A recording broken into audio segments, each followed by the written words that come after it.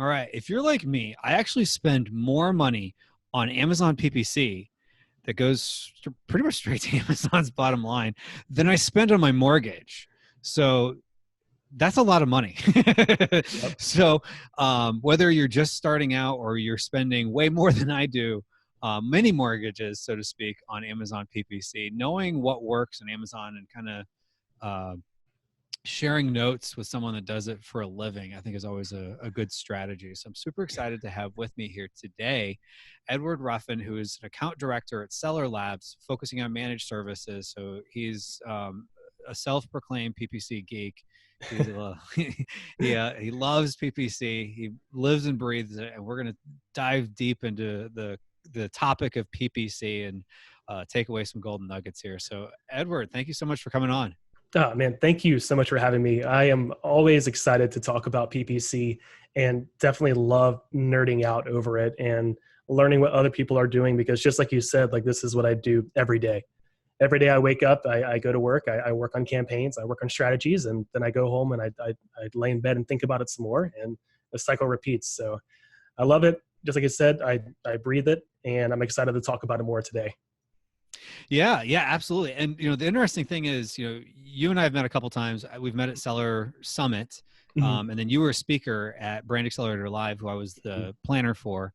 And what was interesting is we were sitting down, like when pretty much the whole conference is over, at the speaker dinner, and I was probably a complete zombie because I was just wiped out, tired. I was a speaker. I was putting the whole thing on, like logistics and whatnot. So I was running around like crazy. And then, what's interesting is, they say when people have had a couple drinks, sometimes, their true beliefs come out, and you had a couple drinks and you just kept talking PPC. So, I I'm mean, you telling you. truly believe when we say that you live and breathe PPC, like you're all about it. So, Man, it's really like, it's something where like, even at work, I'll go out with some of the employees and they're talking about their life. And I'm talking about, well, hey, we have this new client. I want to try something different with it. And I want to do the strategy right. this way. And then they're like, Edward, like, calm down. Like, we're working this tomorrow. We can take some time to relax. I'm like, no, this is in my head now. Let's take care of this now. And I'm so excited about it. And it was always fun to talk about it. Like, I think that's why I really enjoyed Brand Accelerator Live, because I could just talk about PPC the whole entire time. Same thing with Seller Summit. And let me say, you did a great job planning Brand Accelerator Live. That was terrific. Loved it. And I just look forward to what's coming from that in the future as well. Oh, thank you. I appreciate that. Yeah. And hope to see you guys back Yeah. in 2020 this fall. Yeah. I still want to say it's next year, but it's this year I as we're know. talking about it. So I had to catch myself every day, even talking with clients. I have to tell them, oh yeah, we're going to do that this year. Or what'd you do last year? Like in 2018. And they kind of just sit there in silence, and I have to catch myself. I'm sorry. It's just me. It's just me being myself and forgetting what year it is again. Yeah, it's so weird that here we are, it's 2020, and like it feels like, for me, it wasn't even that long ago. It was like 1909, and then it would change from like 4 to 5 or whatever, Right? and then Yeah. here we are in 2020. But anyway, before we start totally digressing in some rabbit holes, tell me a little bit about how you got into the whole world of PPC. Well, it really started honestly as a kid.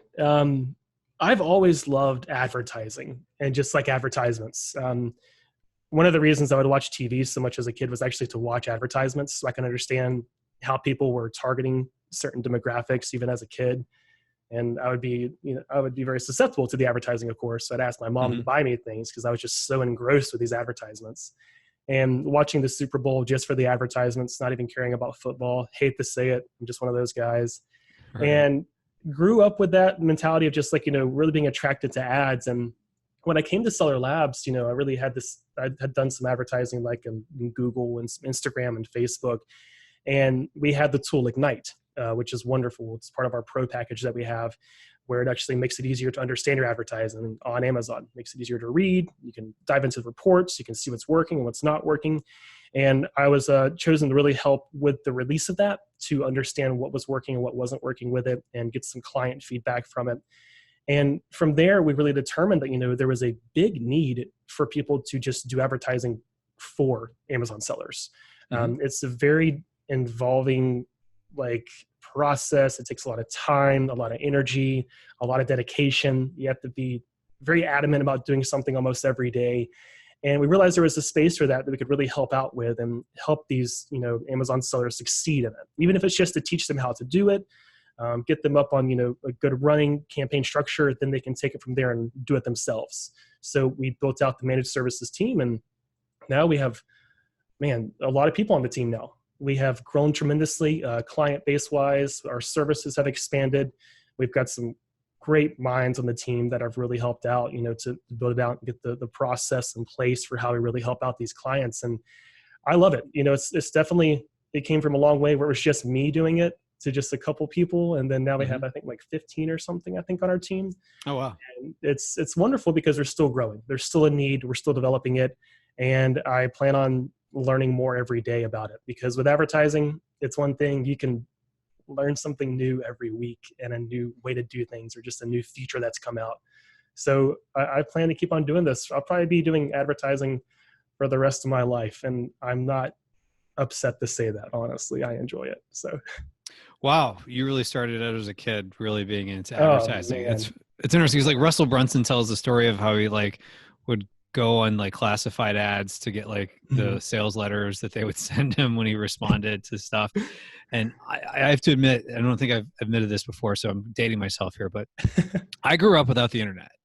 So I never heard of the internet till I was a senior in high school, and people didn't even know what to call it. It was the information superhighway or the World Wide Web or whatever. And my dad used to always make fun of me because I would sometimes just sit in my room when I was bored and just read the yellow pages and look at what kind of businesses there were out there. And then they would have I grew up in Dallas, Fort Worth, and the stadiums and the arenas, and they would show the seating charts. And I don't even know why I would find that interesting. I can only imagine if we had Google. So I can now love with researching random stuff. Yes. How if you grew up with advertising, being really into it, you stepped right into it. So now that you're doing this, full time, and not just boyish curiosity, although you still have that. Yes. What is the best way you find to structure campaigns, and just how to, at least, let's just go to the basics. A lot of people listening to this already are running PPC, but let's just kind of go through the basics as you would see it. Yes. I think a big part of structure itself is spend time on it. Don't just make a campaign to make a campaign for this one product that you just launched and you want to get it out there. Whenever I talk to people about launching new campaigns, I tell them to take a few hours and think about it. What do you need? What do you want? But that being said, what we usually, our go-to for this is an auto and a manual campaign. The auto targeting for harvesting those strong search terms, and the manual for the placement of those terms, where we can move them over from the auto into the manual as keywords. So we can really double down on them and get better control over those bids at a keyword level. In addition to this, I'm a huge fan of having an ASIN targeting or product targeting campaign as well, because you'll see some ASINs show up in your search term report, and you can't really do anything with those in the auto targeting campaign. But if you see they're converting really well in that auto, you can add them as a target in that product targeting campaign. And that allows you to, once again, double down. I say that all the time. I say double down way too many times. But that allows you to really hone in on those ASINs and go after that placement to show up on those product pages, so you can really continually get those sales that you're getting from it when you see them in the auto. Those are my three go-to. Of course, if you are developing a brand and you want to have that brand placement, you got to have sponsored brand campaigns. Either lead to a list of products that you think are your top sellers, so you can get a good conversion rate there. Good conversion rate, quote unquote, because sponsored brand doesn't convert as well as sponsored product, unfortunately. Or have that lead to a storefront, which is my favorite. Having a well-developed storefront on Amazon really sets your brand apart and shows you as more of a high-class brand. You put some work into it. People understand what your vision is, what you offer. Even just your color scheme that you use for your branding can be really shown off on a storefront. So by having a sponsored brand campaign that leads to that, people are more engrossed with your brand and they want to purchase your products, or they want to keep on coming back to you because you have a foundation that's been set by having a brand built. So those are my main go-tos. The way that we actually do it, if you want to get really into the structure, is we have an auto and a manual, and then an ASIN targeting for most of our clients. But what we do, what really sets us, I think, apart from other organizations is we use what's called SKU-based ad group systems. And this is where we have, like, let's say I have one auto campaign for all my car parts, but then I have one product in each ad group. And this allows me to see exactly what product is converting the best and which one's actually leading to the most sales. But then on top of that, I get more control at the ad group level with the spend and the allocation of that budget for that campaign as well. But the reason why we do this is because we have an auto that's set up with a SKU-based ad group system. Then the manual campaign that we create is just like a mirror of that auto targeting campaign. So this allows us to see exactly what search terms are working for a particular product.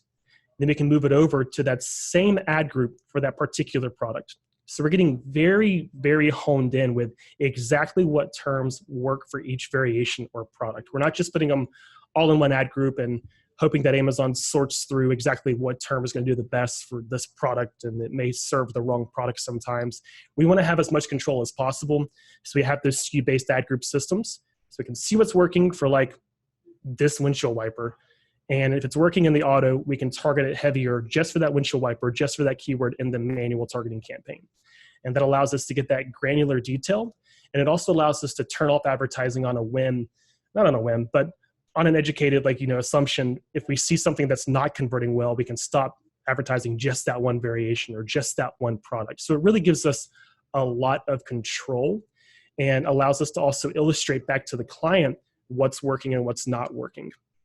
And we just really about that transparency. We want to be able to say, hey, we noticed that this one variation is just leading to a lot of clicks but no conversions. We'd like to turn this off to save you some money in your overall budget for the day. And they can see the data and see the metrics and see what we mean by that. And it just gives us that control that I think a lot of people miss out on. It does require a little more upkeep. You have to be more consistent about checking on it and diving into it. But we have a full team for that reason, so we can really get down and dirty with certain variations and see what's working for each of those. Okay, so that'll make sense. Now, what I'd like to do is follow up with a couple of kind of philosophical questions, because there's always these debates, and I'm just kind of curious to hear your take. So kind of on the lines of, you've got an auto campaign and you take the keyword and you put it into the manual. So do you make it a negative, or do you leave that keyword to still be able to pick up impressions in the auto campaign? Yeah, so a lot of times we actually leave it in the auto. Okay. And it's just because the auto targeting campaigns can give you these unique placements, such as like the add to cart page, the thank you for your purchase page. They can actually display ads there. And most of the time, those ads that are displayed are coming from auto targeting campaigns. So by leaving it in the auto, we're still getting those unique placements as well. But whenever we move them over to the manual, we usually are increasing those bids a good bit to get more aggressive placements, like top of page placements or better search result placements. So that way we're not necessarily splitting the impressions, but we're getting different impressions for different placements between both of those different campaigns.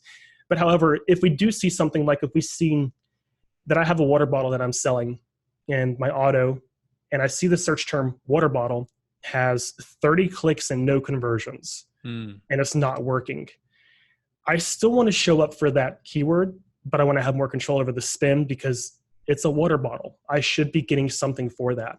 Right. At that point, I would negate that in the auto and add it as a keyword in the manual with a low bid. So I'm not spending as much, not risking as much, but I'm still every now and then getting some impressions and getting some engagements with that ad for that keyword. But I have way more control over the actual spend that may be wasted on that particular keyword. Got it. So you're saying what you're doing is even though it's what most people would say definitely in the criteria of making it a negative, you're still, because you think it's relevant, you're going to put it into the manual campaign. Okay. Right. Interesting. Or it could also be like if someone, we have clients that come to us that just want to dominate for particular keywords no matter what. Right. We want to have more control over that spend. Like even if we know they're not going to convert well, they have a high ACoS, they're not returning much, we want to have that control in the manual. So we may not actually have those running in the auto because they may not do as well in the auto. Okay. Now, when you have an auto campaign, one of the things is kind of my gripes is trying to figure out like the best way to, when you're, let's say you're showing up an ASIN and the ASIN is getting tons of impressions, tons of clicks, and horrible, like either no purchases or whatever. Like, what's the best way to influence? Because you can't make an ASIN negative. Right. So what's the best way to influence that? Like negative the brand? Like I'm still playing with that one myself because I've been trying to test a few different things. It is something where what you can do to get you some control in another campaign is you can actually make it to where you're not showing up for that ASIN in your ASIN targeting campaign. You can actually set that as a negative inside of there. Another idea is to kind of influence Amazon's idea of your performance over time. Like over time, if Amazon continues to drive traffic towards a particular keyword or search term and it's not converting, they will back off with the traffic there for you. So you could do the same thing and add it to your manual.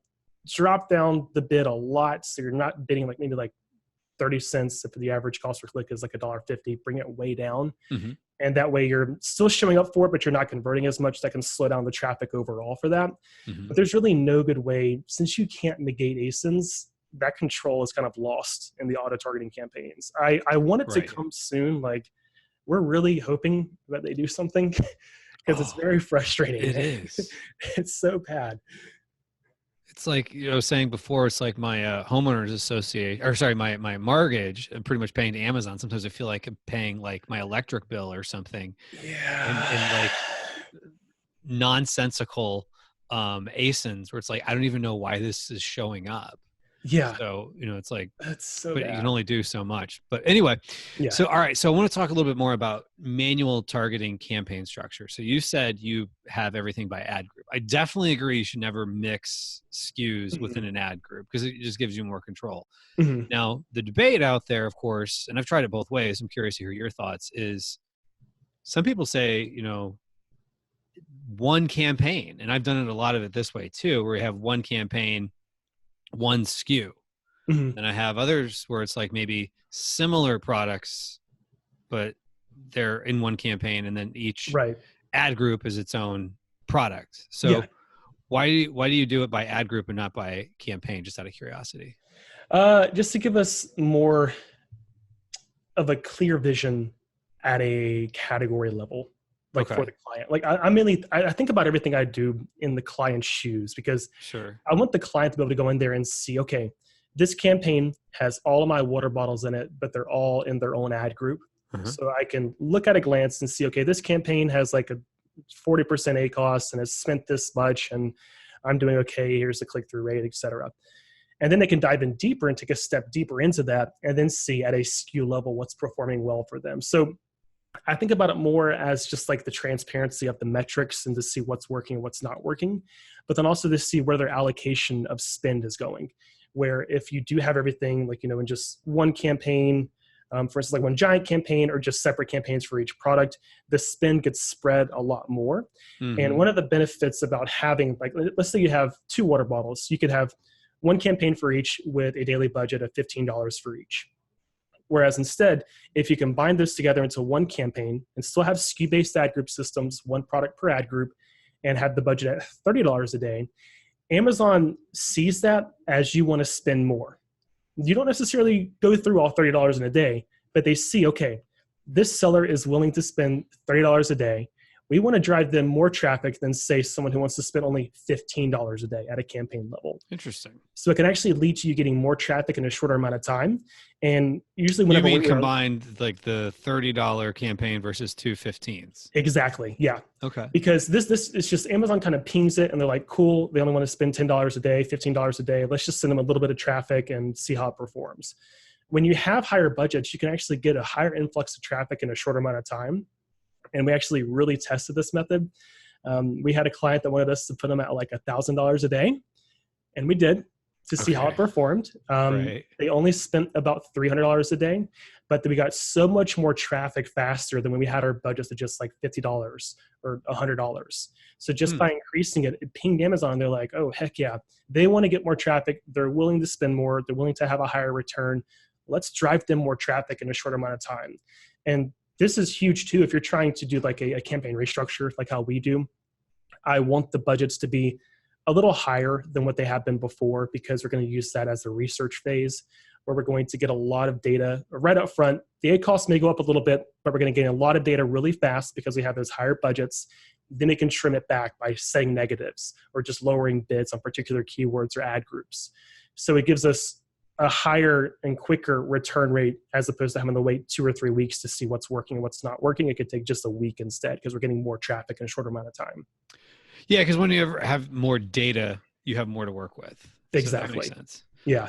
All right. So let's talk a little bit about what to do when things aren't going well in PPC. Oh, yeah. Because, as much as, people listening to this probably can all relate, where you put in new campaigns and, all of a sudden it's not going the way you thought it would, or you had a campaign that was going great and all of a sudden you're like, what is happening here? I'm just paying for people's salaries at Amazon, right? And I'm working to keep Amazon afloat because the ACoS suddenly is terrible. So like if you're getting suddenly a really bad ACoS, like what are some things what are those first steps you should do to make it better? Honestly, the first step for everybody, I tell them, is to set up a timeline, a weekly timeline. I know not everybody can check their campaigns 4 times a week like we do. That's just not possible. That's a lot of work. That's why we do this every day and all day. But it's still something where in your calendar, have 1 or 2 days a week where you're checking your campaigns.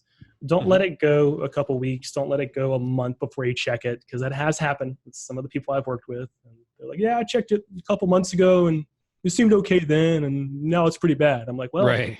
That's why it seems bad. So like what we do, for instance, is we have set tasks each day for our account coordinators. So the ones that really get into the accounts and work on them, they have a day where they're doing bid adjustments. So they have that set aside. And the next day they're doing keyword negations. And the next day they're doing keyword transfers, budget checks, things of that nature. So by having a set schedule, it not only keeps you responsible for it, but it makes it easier because you're not trying to go in there and do everything in one day, because that can just be overwhelming. It's a lot going on. That's why it's broken out into multiple days. But you could just have, every Tuesday you go into your account and you do bid adjustments. You adjust them up or down depending on the ACoS. If the ACoS is higher than what your target is for a particular keyword, you pull it down. If it's, lower, you can pull it up because you can drive more traffic to it. And then after you do bid adjustments, then you could do keyword negations. And that could just be 1 day of work that you do. So that way you're not sitting there for 6 hours. You're just sitting there for maybe an hour or 2, even just an hour. You can do most of that in an hour and get that done.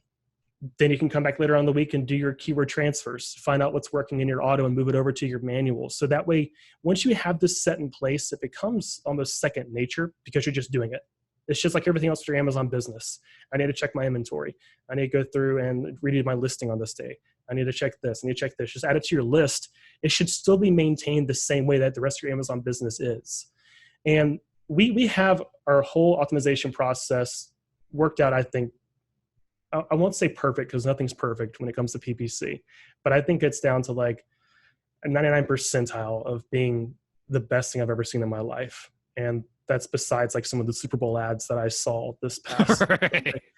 But I think we have that process in place because we worked on it so much where we had that repetition. And one thing you can always keep in your mind is if you're doing this every week, you don't have to be so extreme on yourself when you're doing this. You can, if you're doing something, you can say, okay, if that doesn't work, I'll catch it next week because I'll be doing the same thing next week again.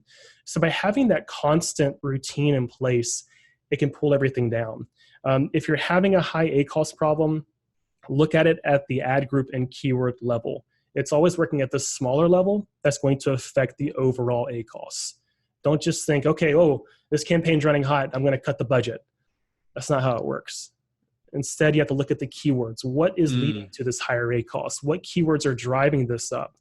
If you're looking at your search term report, what keywords or search terms don't make sense that I want to negate? Which ones are getting clicks but no conversions? And this is all things that you can filter by, like inside of Ignite, for instance, or if you're really good at Excel, you can filter by like, okay, what has the highest cost?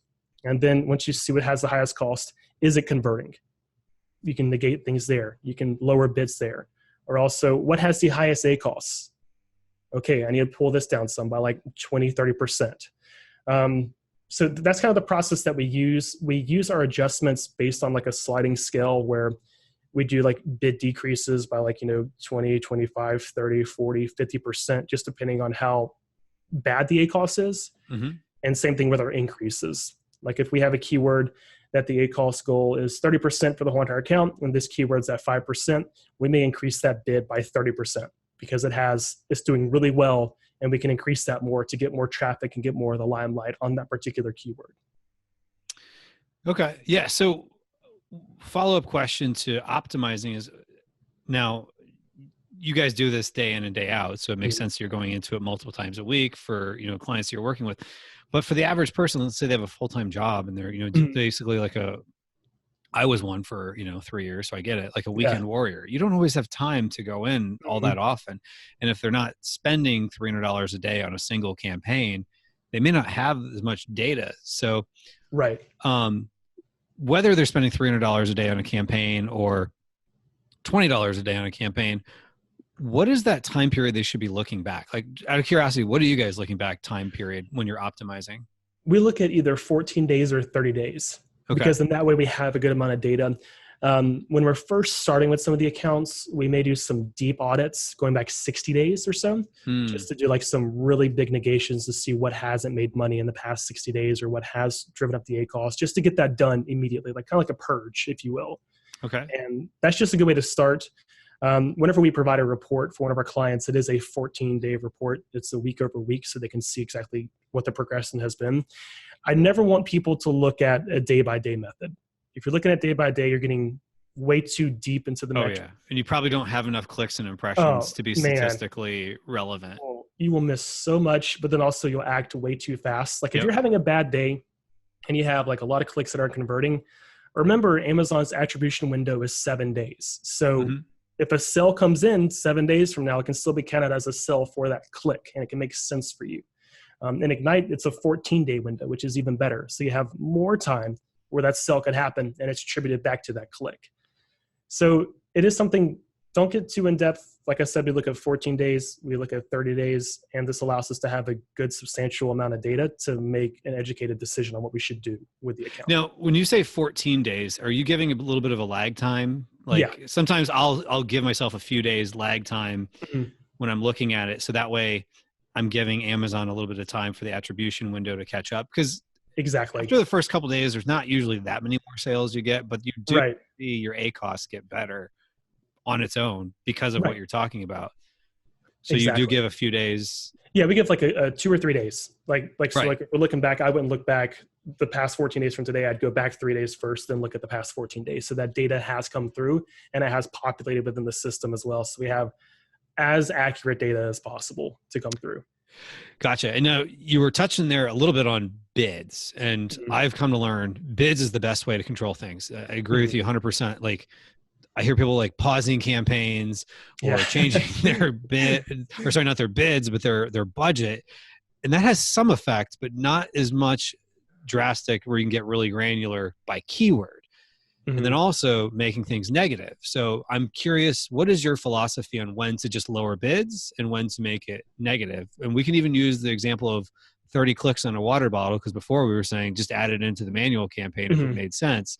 So now you've added it in and it's got another 30 clicks. Do you keep, letting it go? Do you make it negative? Do you pause it? Do you make it a lower bid? So first thing I do is I call up the client and I'm like, hey, I know you're a water bottle, but people don't think you're a water bottle, or they don't think you're the right water bottle for them. So I have to tell them straight up, because a lot of times they still want to go after it. Even if it's burning money and it's not doing well, they still want that placement. Sometimes I'm just like on the edge of my seat. I'm like, listen, man, you've spent $70 and it hasn't converted. Like, we got to pull the plug. Like, we got to do something with this. So that is something where I may pull the bid down. If they still want to go after it, they still want to see it as a priority keyword that they want to show up for, I would just drop the bid down to like 10 cents, like extremely low. So then that way, if they get, a whole slew of other clicks or something like that, it's not costing much. It's not too big of a red flag. If it's not that case, if it's not a priority keyword, we would just actually just pause the keyword. So then that way the data is still there. We can still see it. We can turn it back on in the future if we want to, but we don't want to show up for it necessarily, because we use phrase and exact keywords. So negating it we're not sure that's the right move because we want to show up for a variation like blue water bottle or something like that. We would just pause that keyword, especially if we've seen it not work in the auto already and it hasn't proven itself and it definitely fell through on the manual. We just pause it and cut out that wasted ad spend going forward. Gotcha. Yeah. Because you could end up, it becomes, a car payment on certain keywords. It goes fast. Like, especially for, like, I've seen some categories where a bid is $8, $9, $10. Oh my gosh. And what is it, like couches or something? It's the supplement market. Supplements. Gotcha. What else is this? So supplements, cleaning supplies. It's just two of the top competitive market. Recurring. Exactly, because they're recurring. Yeah. So that means a lot of these people are willing to spend an arm and a leg up front because they want that customer to come back and shop with them again in the future. And that's crazy. They're happy with like 100% ACoS. Sometimes we even have some that go above 100% ACoS. But then their total ACoS is looking okay because we're able to influence the organic sales as well. Right. That's a whole other story. Like, it's crazy, man. I have war stories about that just blow my mind. And it's resembling Google AdWords, like cost per clicks in some of these categories on Amazon already. Yeah. So when do you make it negative? So I know sometimes like I look at it for negatives. It's kind of like if I have, let's say, water bottle and I keep showing up for blue water bottle, but my water bottle is red, for example. I don't sell water bottles, but just to use that example. So like I keep showing up for it. So I just make blue water bottle negative since it's the search term, but the keyword still could potentially have, promise, or it's doing well, or it would be doing well without that search term. So make that search term negative. When do you make search terms and or keywords negative? And then maybe explain the difference between a search term and a keyword for someone that maybe isn't 100% sure. Yeah. So a keyword is what you're targeting. You may be just targeting the keyword water bottle. The search term is actually what was searched by a customer that led you to get that placement for that keyword. So they may have searched for red water bottle or sports water bottle. That can be a variation of a phrase match keyword water bottle. It can be something that falls underneath that kind of pyramid, I guess you could say. When it comes to negating, we look at a couple things. We do look at how many clicks it has without sales, but also we look at the average cost per click and the spend. So for instance, if we have a keyword that has 5 clicks and no conversions, that's borderline. We may go ahead and just negate it because it's not doing that well, especially if this data is looking at just like a 14-day window. That's a good amount for some people. But if the cost per click, is very low, if it's like only spent like $1 out of all those clicks, we may keep it in there longer. But if the cost per click is really high and each one of those clicks costs you $3, and then you have $15 to spend and no conversions, we'll negate that quicker because we see the actual spend correlated to it. So we're never looking at just clicks because we do have to take into account the actual cost per click and what the spend has been. 10 clicks, no conversions is usually like, I think the run-of-the-mill go-to cutoff just across the board. We do usually catch things a little faster with like 5 or so. We can act on a little bit faster if we have enough cost per click data to justify it necessarily. Gotcha. All right. So now let's say someone they've done all these things and they're optimizing it. And now their 80% ACoS is like 17% ACoS and they're happy with it. And so, but now they're thinking, but am I leaving money on the table? Because as you said before, and a lot of us, have come to learn is that if you get a sale in PPC, it can often give you better organic rankings and things of that nature. So how do you then make sure you didn't overcut? Or if you think things are going well and maybe they were never going bad, but you just want to make sure you could do better. So like when you want to, work on the upswing, so things are good, but you want them to be better. Yeah. Really, that's just looking at your overall sales in comparison to what your spend has been in advertising. And that gives you your tacos, your total advertising cost of sales. What you want to see is want to see, oh, I love it, man. Tacos, man. I can't wait to do a whole entire presentation and just talk about tacos and just start off by just saying how much I love them and I love cheese and just like, do it right before lunch. Oh, I'm telling you, get everybody really hyped up about lunch. Yeah. But, it's, you want to make sure if you're looking to increase your organic sales through advertising, one thing you want to look for is a lower tacos. So you're seeing that you can either like spend the same amount on advertising, but your organic sales go up, or you can actually cut back on your advertising and see your organic sales go up as well. That can lead to a lower tacos. And this allows you to make sure that you're still influencing your overall organic rank and sales without really worrying about cutting back. Because most of the time, even if you're bleeding, quote unquote, in your advertising and you cut out all that bleed, you won't see your tacos go up because you're cutting out what hasn't been working. And this is detrimental because if you think about it, if you're driving traffic to keywords and search terms that don't lead to conversions, these are actually wasted sessions for your organic side of things. And this is people going to your listing, like they're walking into a store, looking around, and they're like, meh, I'm good. And then they leave. And that actually hurts your overall organic ranking for those keywords over time too. So by cutting out that wasted spend, that can actually lead to a better and cleaner organic sell rank because you're driving more qualified traffic. And this is one of the first things we do with all of our clients is we get in there, we clean things up. And we may drop down their impressions and drop down their clicks, but then their sales will either stay flat or go up because they're driving more qualified sales to their listing. And then over time, we see their tacos go down as well because their organic sales are going up because Amazon's like, oh, wow, you're converting at a better rate. Let's drive you more traffic for these keywords. And let's get you more organic sales, not just based on advertising, but we're seeing you have a better session like conversion rate. So this leads to better organic sales over time. So that's what you can just keep an eye on your tacos. We actually, this is inside of Ignite now too. We actually show the tacos so you can monitor that because to me, your tacos is more important than your ACOS, honestly, like to some degree. Like if you're looking at a macro level, it really depends on what you want to do. But I think the tacos still outshines the ACOS. ACOS is very siloed for just advertising. I want to see the whole picture. So I'll look at tacos a lot more. Yeah, that's so true because, you know, if you think about it, you could have an ACOS of 60% and you're losing money. But if your tacos is 10%, you're doing well because you're getting a lot of organic sales. So in my example, it would be off the top of my head, 1/6 of your sales are coming from ads and 5/6 are coming from organic. So you want to make sure you're not messing with that too much. But then on the flip side, you could have a 30% ACOS. And if all of your sales are coming from PPC, then that's 30% tacos. So then that's, you know, that's not as good because something's broken there that you're not getting organic sales out of that. Right. And that's something that you want to keep an eye on your tacos when you're going through these optimization, you know, processes, because we've had clients that come to us and they do have like a 50% tacos, but it's just because of their market. They're in a more competitive market. They have to advertise more. They have to drive more. A lot of their sales are relying on PPC. So we kind of do an audit beforehand to kind of see where that's at.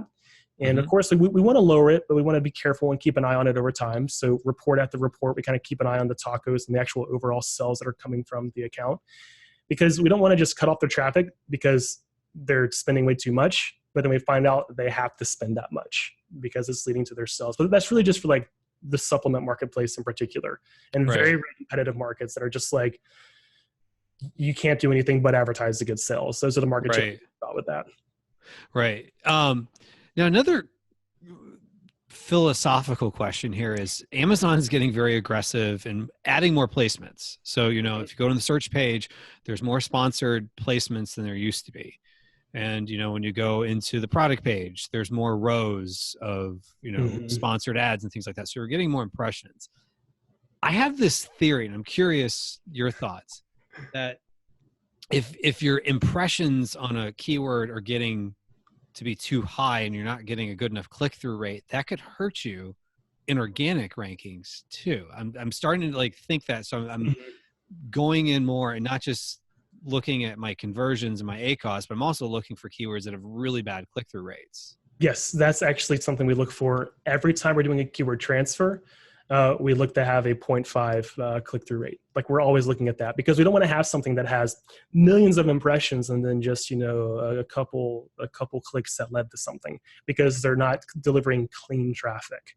Like I think that's what I've been saying to a lot of the reports I've seen recently is they're like, yo, Edward, look at this report. We're doing so well with it. And I'm like, that is clean traffic.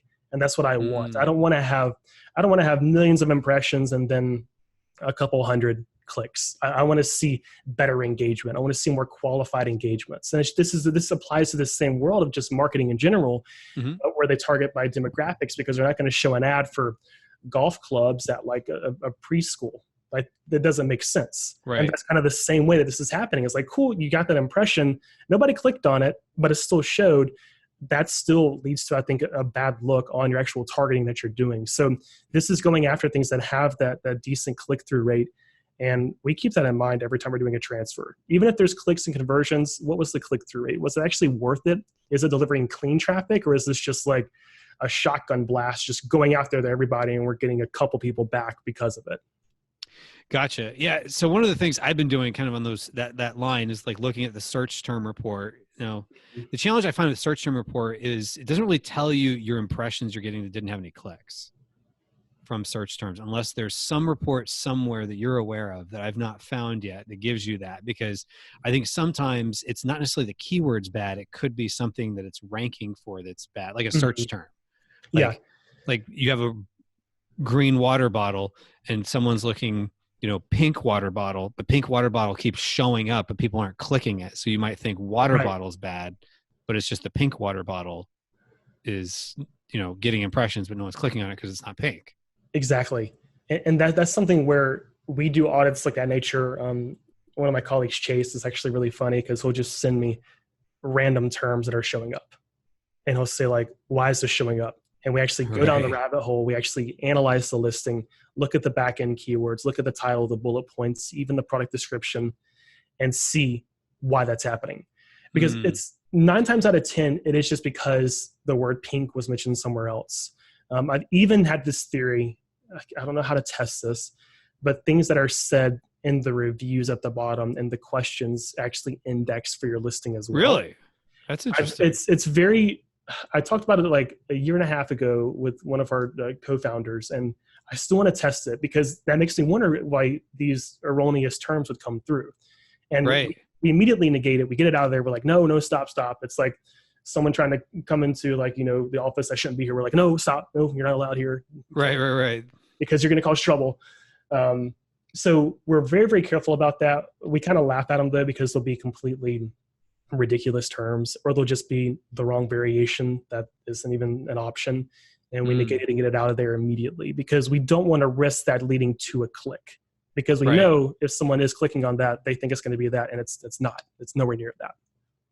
Yeah, because you don't want bad impressions and you don't want bad clicks. Yeah, because that's how you end up spending the money. Clean traffic, just clean traffic, and that helps my OCD, so I love it. Right. Now, out of curiosity, how did you guys come up with the 0.5% click-through rate? Is that based on testing something, or is that somewhat just you have to draw a line somewhere? It's based on what we've looked in the past. Looking at the accounts as we developed our process, we did see that the 0.5% actually was actually a good conversion rate, led to a decent amount, and most of the time a high-performing keyword usually was around that.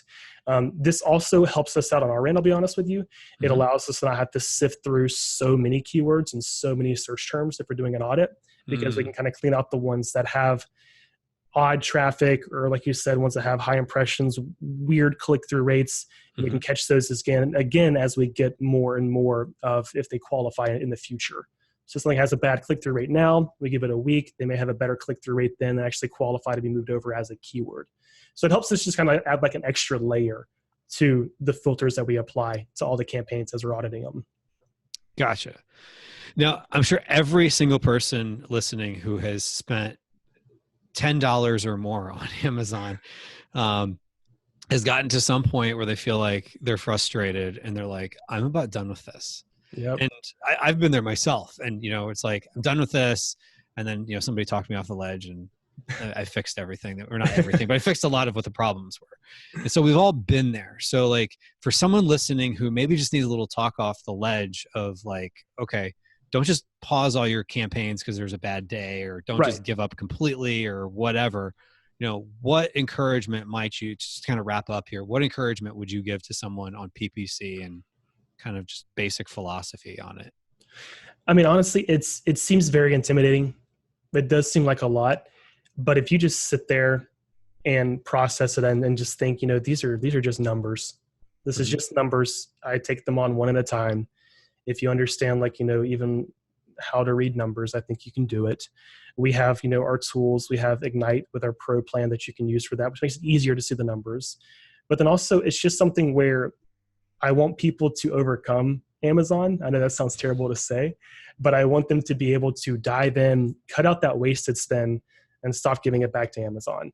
And that sounds terrible to say because I work with Amazon all day, every day. I enjoy what I do, but I want everybody here to be able to step in, look at their account, just even if it's just 30 minutes, and just say, oh, that doesn't make sense.